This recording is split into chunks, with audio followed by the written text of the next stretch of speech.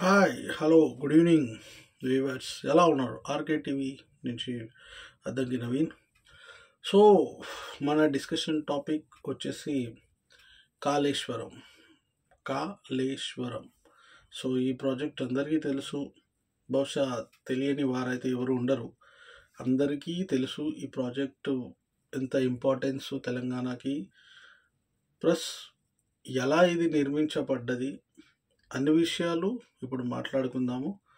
So KCR గారు ఎలా దీన్ని తీసుకురావడం జరిగింది, ఇంతకుముందు వైఎస్ఆర్ గారు జలయజ్ఞం అన్నారు, దాన్నే కొంచెం రీమోడ్యులేషన్ చేసుకుంటూ కేసీఆర్ గారు ఇది 1.5 ఎకరాలకు తెలంగాణని సస్యశ్యామలం చేయడానికి కోసం ఇది నిర్మించబడ్డ కాళేశ్వరం ప్రాజెక్ట్. సో దీంట్లోకి వెళ్ళే ముందు ఇది ఎక్కడ స్టార్ట్ అయింది, ఎలా స్టార్ట్ అయింది, దాని గురించి మనం చర్చించుకుందాం ఈ వీడియోలో. సో కాళేశ్వరం అనేది ఇది భూపాల్పల్లి డిస్ట్రిక్ట్, అంటే ఇంతకుముందు వరంగల్ డిస్ట్రిక్ట్లో వస్తుంది. సో అది భూపాల్పల్లి డిస్ట్రిక్ట్ అనేది కొత్తగా ఏర్పడడం జరిగింది కేసీఆర్ గవర్నమెంట్లో. సో భూపాల్పల్లి డిస్ట్రిక్ట్లో తెలంగాణలో కాళేశ్వరం అనే ఏరియాలో ఇది బిల్టప్ చేయడం జరిగింది. ఇది గోదావరి రివర్ బేస్ దానిపైన నిర్మించడం జరిగింది, గోదావరి రివర్. నెక్స్ట్ దీని పర్పస్ ఏంటంటే, దీని పర్పస్ రీచ్ అవ్వడానికి కేసీఆర్ గారు అప్పుడున్న ప్రభుత్వం చాలా సెంట్రల్ గవర్నమెంట్ నిపుణులు ఉంటారు కదా, వాళ్ళ ఒక సూచనలు ఒక కమిటీ వేయడం జరిగింది. ఆ కమిటీ అంతా డిజైన్ చేస్తుంది. సో ఇవాళ చాలామంది అంటున్నారు కదా, ఇది కాళేశ్వరం రాంగ్ కట్టారు, అది కట్టారు. సో ఒక ప్రాజెక్ట్ కట్టాలంటే స్టేట్ గవర్నమెంట్ పర్మిషన్స్ ఉండవు. అక్కడ ఫారెస్ట్ డిపార్ట్మెంట్, అగ్రికల్చర్ డిపార్ట్మెంట్, ప్రతి డిపార్ట్మెంట్ అనేది పనిచేసి అప్రూవల్స్ ఇచ్చినాకనే ప్రాజెక్ట్స్ అనేది ముందుకెళ్తాయి. ఇది దాంట్లో ఇండియా లెవెల్ ప్రాజెక్ట్ కాబట్టి ఇది అలానే ఉంటుంది. ఏదో స్టేట్లో కట్టినట్టు కాదు, ఈజీ కాదు. లైక్ పోలవరం లాగా ఇది ఒక కాళేశ్వరం అనే ప్రాజెక్ట్ అనమాట. సో దీని పర్పస్ ఏంటంటే ఇరిగేషన్ పర్పస్, డ్రింకింగ్ వాటర్ అనేది నీడ్స్ అనేది ఫుల్ఫిల్ చేయడం కోసం, ఇండస్ట్రియల్ నీడ్స్ ఫుల్ఫిల్ అవుతాయి. మున్సిపాలిటీస్ ఏదైతే ఉన్నాయో అక్కడ వాటర్ సప్లై కోసం ఇష్యూస్, కన్సర్న్స్ని క్లియర్ చేయడానికి, ఇండస్ట్రీస్కి వాటర్ ఇవ్వడానికి కోసం. వాటర్ స్టోరేజ్ ఉంటేనే కదా ఇండస్ట్రీస్ వస్తాయి, పెట్టుబడులు పెడతాయి, మ్యానుఫ్యాక్చరింగ్ యూనిట్స్ వస్తాయి. ఒక కార్ కంపెనీ పెట్టాలంటే వాళ్ళకు వాటర్ ఇవ్వాలి, వాటర్ లేనిది కాదు. సో వాటర్ ఇంపార్టెన్స్ అది దాన్ని కేసీఆర్ గారు గుర్తించారు కాబట్టి కాళేశ్వరం అనే ప్రాజెక్ట్ అందుకే తీసుకురావడం జరిగింది. ఎందుకంటే వాటర్ అనేది గోదావరి స్టోరేజ్ చేసి దాన్ని డైవర్ట్ చేయడం జరుగుతుంది. ఇంతకుముందు మనం చూడలేదా తెలంగాణలో ఎప్పుడైనా అగ్రికల్చర్ అయ్యేదా? అక్కడ మన సైడ్లో నిజామాబాద్, ఆదిలాబాద్ సైడ్లో అంతా ఏం ఉండకపోయేది, పాలమూరు, మహబూబ్ నగర్, ఎందుకంటే వాటర్ స్టోరేజ్ లేక. ఇలా వర్షాలు రాకున్నా గిట్ట కాళేశ్వరం ద్వారా మనకు కొంచెం అగ్రికల్చర్ అనేది, భూముల రేట్లు అనేది పెరగడం జరిగింది కాళేశ్వరం వల్లనే. సో నెక్స్ట్ స్టేటస్ ఇది ఇనాగ్రేట్ అయింది 2019లో, 21 జూన్ 2019 కంప్లీట్ అయింది. 4 సంవత్సరంలో అయిపోయింది. Within 4 years, span of 4 years.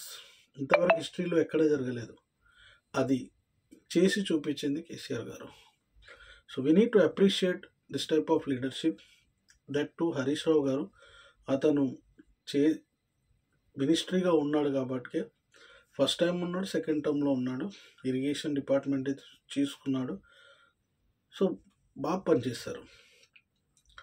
Next దీంట్లో ఏంది, ఇది world's largest multi stage lift irrigation అనమాట.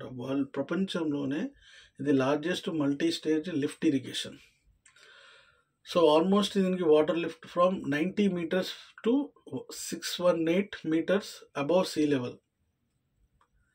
ఓకే, ఇన్ఫ్రాస్ట్రక్చర్స్ ఏమేమి వాడారు దీంట్లో? 22 పంప్ హౌస్లు ఉన్నాయి, 22 పంప్ హౌజెస్ ఉన్నాయి, నిర్మించారు.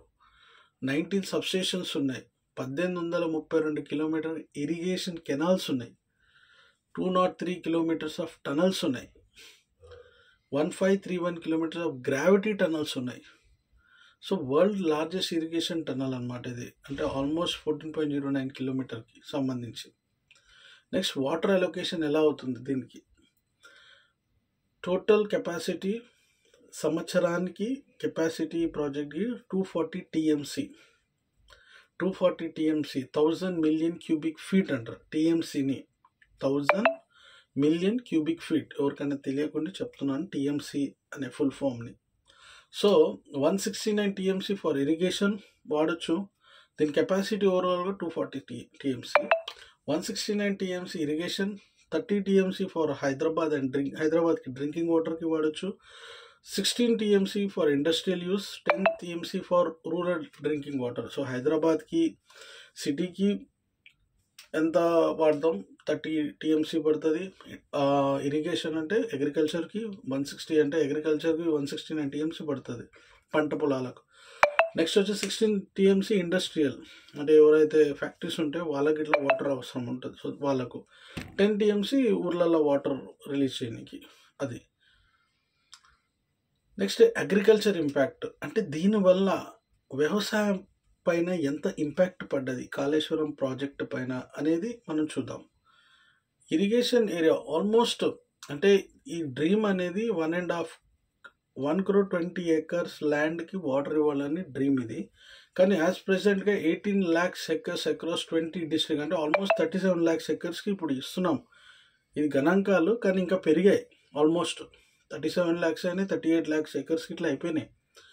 సో తర్వాత ఇక వాళ్ళు సర్వే వాళ్ళు చేసే విధానంగా మనకాడ రిపోర్ట్స్ ఉంటాయి, కానీ లైవ్గా అయితే 37 lakhs వెళ్ళిపోయింది. Paddy production increase for, so paddy production 3 million అయిపోయింది tons 2015 to 15 million tons. Next technology పరంగా ఏం లాభమైంది, mega engineering and infrastructure collaboration with Siemens అనే company, Xylem and other global firms, ఇలాంటి కంపెనీస్ ఇట్లా టైఅప్ అవ్వడం జరిగింది. డ్యూ టు సచ్ ఈ ఇన్ఫ్రాస్ట్రక్చర్ని డెవలప్ చేయడానికి, కాళేశ్వరం అనే ప్రాజెక్ట్ని డెవలప్ చేయడానికి ఇలా ఈ వీళ్ళ మెగా ఇంజనీరింగ్ వాళ్ళతోని కొలాబరేషన్ అయ్యారు.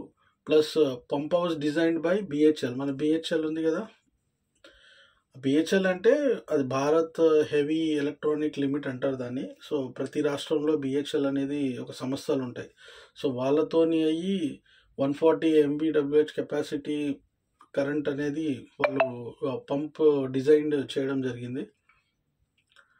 సో గ్లోబల్ రికగ్నైజేషన్లో అయితే national geographical world 2023 lifting river the Kaleshwaram miracle అనే ఖ్యాతిని ఇట్లా పొందిందనమాట కాళేశ్వరం అనేది. చూడండి ఇక్కడ ఎంత డెప్త్లో ఉంది. ఇది అందరికీ తెలియదు కాబట్టి ఏదో మాట్లాడుతూ ఉంటారు. సో జనరల్గా ఇప్పుడు ఉన్న పార్టీ వాళ్ళకు ఉన్న హామీలు అయితే ఇవ్వనీకి ఏం లేదు, చెప్పనీకి ఏం లేదు, ఇవ్వనీకి ఏం లేదు. సో ఇది ఒకటి ఉంది అంతే, కాళేశ్వరం అనే ఒక టాపిక్ ఉంది అంతే.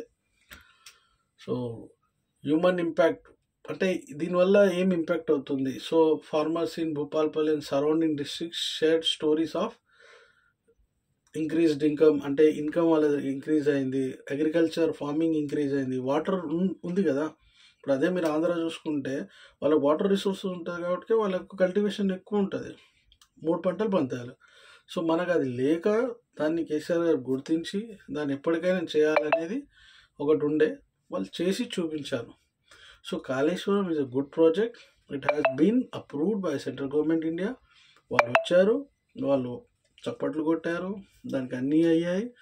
జస్ట్ ఇప్పుడు ఏంటంటే ఏదో ఒకటి చెప్పాలి, as a party, as a competitor ఏదో చెప్పాలి దీంట్లో బాగాలేదు అనేది. సో ఒక సామెత అనేది గుర్తుకొస్తుంది. తెలంగాణలో రీసెంట్గా హరీష్ రావు గారు యూకే వెళ్ళినప్పుడు ప్రొఫెసర్ నాగేశ్వరరావు గారు చెప్పారంట, ఒక రైతుని అడిగారంట, ఏందబ్బా ఏమనుకుంటున్నారు ఊరిలో కాళేశ్వరం గురించి అని. సో ఆ రైతు చాలా వ్యంగ్యంగా చెప్పడం జరిగింది, ఏముందండి జనరల్గానే నేను పొలానికి వెళ్తున్నాను, ఎడ్ల బండిని తీసుకెళ్తున్నాను, నేను నా ప్లవింగ్ అనేది చేసుకున్న క్రమంలో ఒక తాడు తెగిపోయింది. ఆ తెగిపోయిన దానికి నేను ఈ తాడు ఎవడు చేశాడు, ఏ కంపెనీ వాడు చేశాడు, ఇలా అల్లాడు అని కోర్టుకు వెళ్ళాను కదా, నా పని కావాలి కాబట్టి నేను ఇంకొక తాడు కొత్తది తెచ్చుకొని అల్లుకొని నా పని నేను చేసుకుంటా. సో కాళేశ్వరం గిట్లా అంతే, ఆ 2 పిల్లర్లు మాత్రం కుంగినాయి. ఆ కుంగిన దాంట్లో ఇట్లా కొన్ని రీజన్స్ ఉన్నాయి.